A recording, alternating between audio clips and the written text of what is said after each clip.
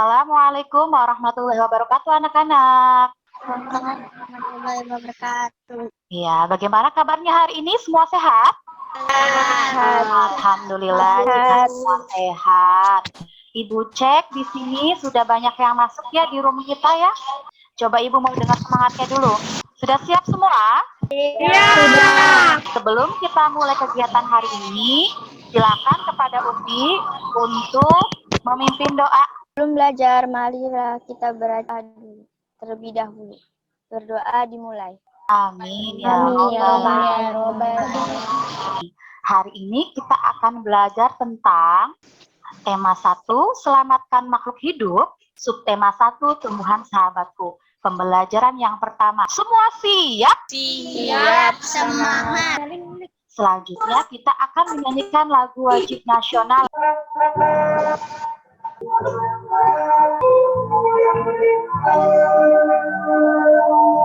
Terima kasih. Semua sudah baca tentang cerita Raja Lebah dan Sesendok Madu? Sudah, Bu. Sudah. Bagus tidak ceritanya? Bagus. Cerita tersebut mengisahkan tentang pesan-pesan moral, jujur, Tentang kejujuran. Apalagi kepatuhan. Sama satu lagi apa? Tanggung jawab. Dari pesan moral itu, kalian juga harus menerapkannya. Dalam apa? Dalam hal kegiatan belajar saat ini. Tuh, kita harus patuh pada pemerintah. Bukan berarti pemerintahnya itu membatasi kita buat belajar, bukan. Tapi untuk kebaikan kita. Tuh. Jadi, meskipun kalian belajar daring, kalian harus tetap semangat. Semua siap? Siap. Hari ini kegiatan belajar kita bertujuan untuk 1.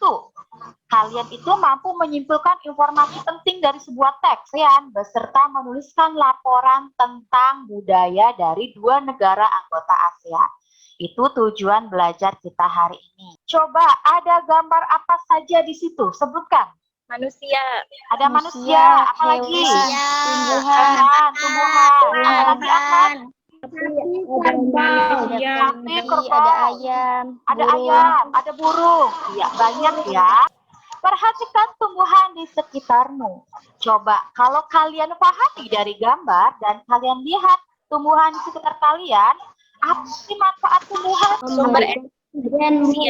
Sumber energi bagi manusia. Oksigen. Menghasilkan oksigen. Apalagi yang lain? Hilmi, apa Hil? Mencegah kebanjiran. Oh, mencegah kebanjiran. Apalagi? Mencegah longsor. Mencegah longsor. Banyak ya. Tumbuhan itu banyak sekali manfaatnya buat kita. Tidak hanya manusia, tapi juga bagi hewan. Kemudian tadi Upi bilang katanya buat penghasil oksigen. Betul ya. Kalau misalnya nggak ada tumbuhan, nanti oksigen di bumi ini semakin berkurang. Apa yang terjadi? Mati.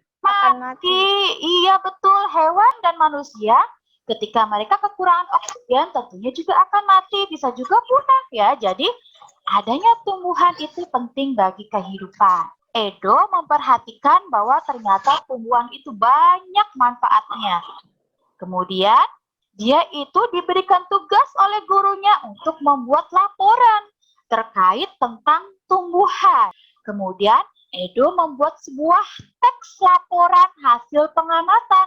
Informasi yang berdasarkan pengamatan yang telah dilakukan. Pengamatan tersebut itu harus berisi informasi umum, kumpulan fakta, dan juga simpulan.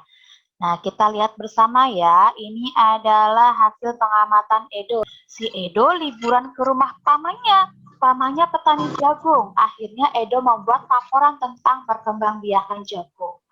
Hilmi, coba bacakan paragraf pertama, Hil. Bahan makanan pokok di berbagai negara, salah satunya di Indonesia. Indonesia, penduduk Pulau Madura menjadikan jagung sebagai makanan pokoknya. Jagung merupakan salah satu tanaman penghasil karbohidrat yang sangat diperlukan oleh tubuh. Setelah kalian membaca semua, nanti tugas kalian adalah membuat ide pokok dari teks tersebut. Ingat tentang ide pokok? Masih. Biasanya ide pokok ada di mana saja? Di awal. Di awal. Apalagi? Di akhir. Satu lagi di mana? bisa di awal dan juga di akhir. Apa itu ide pokok? Dila, baca Dil. Ide pokok merupakan gagasan utama atau masalah pokok yang menjadi fokus pembahasan dalam suatu paragraf. Coba Ibu mau Ufi bacakan, Vi. Bagaimana cara untuk menentukan ide pokok? Membaca teks laporan dengan seksama, tentukan kalimat utama dan kalimat penjelas, tentukan informasi yang terdapat dalam kalimat utama. Terima kasih Ufi dan Dila. Tadi ide pokok ada di mana ya? Di Iya, awal kalimat, di dan awal di akhir kalimat. kalimat. Betul. Di mana lagi? Di akhir. Di akhir juga bisa. Terus di mana lagi? Bisa di awal dan bisa di akhir. Iya, bisa di awal digabung dengan di akhir ya. Jadi ide pokok itu biasanya terdapat di awal paragraf, di akhir paragraf, atau di awal dan di akhir paragraf. Hasil pengamatan Edo semuanya ada 5 paragraf. Ibu minta kalian untuk menentukan ide pokoknya dari setiap paragraf. Baik itu paragraf 1, yang kedua, yang ketiga, keempat, dan kelima. Sudah siap? Coba lihat, perhatikan paragraf pertama. Ibu tunjuk Alfira, mana Al? Ibu mau dengar suara Alfira? Jagung merupakan salah satu tanaman yang dijadikan bahan makanan pokok di berbagai negara, salah satunya di Indonesia. Itu berarti ada di awal paragraf, apa di akhir paragraf, atau di awal dan akhir, Al? Awal paragraf. Iya, betul. Jadi di paragraf pertama itu ternyata ide pokoknya ada di awal paragraf. Lagi, untuk paragraf kedua, coba Hilmi. Seorang petani jagung memulai pembiakan tanamannya dengan menanam biji jagung. Oke, ada di mana Hil? Di awal Di awal. Nanti kalian tuliskan ide pokok paragraf 1 di tempatnya, yang kedua, ketiga, seterusnya, sesuai dengan tempatnya. Tadi mengenai jagung. Jagung itu berkembang biak dengan bunga. Coba sekarang Ibu tanya, pernah dengar nggak tentang perkembangbiakan generatif? Ada yang tahu apa itu perkembangbiakan generatif? Secara kawin. Perkembangbiakan secara kawin, itu namanya perkembangbiakan generatif. Tumbuhan, ketika mereka mau berkembang biak dengan cara generatif, berarti mereka membutuhkan bunga. Kita akan belajar tentang bagian-bagian bunga. Perhatikan videonya. Bunga merupakan alat perkembangbiakan generatif atau secara kawin pada tumbuhan. Bunga memiliki bagian-bagian tertentu. Di bagian bunga terdiri dari tangkai bunga, dasar bunga, kelopak bunga, mahkota bunga, putih, benang sari, bakal buah, dan bakal biji. Siapa yang berani menyebutkan dari bagian bunga? Coba ada apa saja? 1. Mahkota. Mahkota, benang betul. sari, Apa lagi? Bunga. Iya, benang bunga, betul ya. sari, Tuh. Apa lagi? kepala sari, Kepala sari. Coba ada lagi? dasar Bagian bunga, bunga. Kemudian bakal Mahkota bunga. mahkota bunga. Apa lagi Hilmi? Benang sari. Ya, Benang sari. Tangkai bunga. tumbuhan itu berkembang biak secara generatif menggunakan bunga. Nanti akan jatuh ke kepala putiknya. Nanti baru itu serbuk sarinya masuk ke dalam sini hingga masuk ke bakal biji. Kemudian membentuk zigot. Sebutannya ada zigot. Nanti kemudian tumbuh. Dari zigot itu tumbuh menjadi lembaga, bakal biji, dan jadi biji. Dan biji itulah yang nanti akan berkembang biak lagi menjadi pohon baru. Jadi di sini nih alat kelaminnya nih, ada benang sari, ada putik. Lanjut sampai sini, ada yang mau ditanyakan dulu? Ada yang mau ditanyakan? Tidak, Ibu lanjutkan ya. Nah, nanti tugas kalian di rumah nih.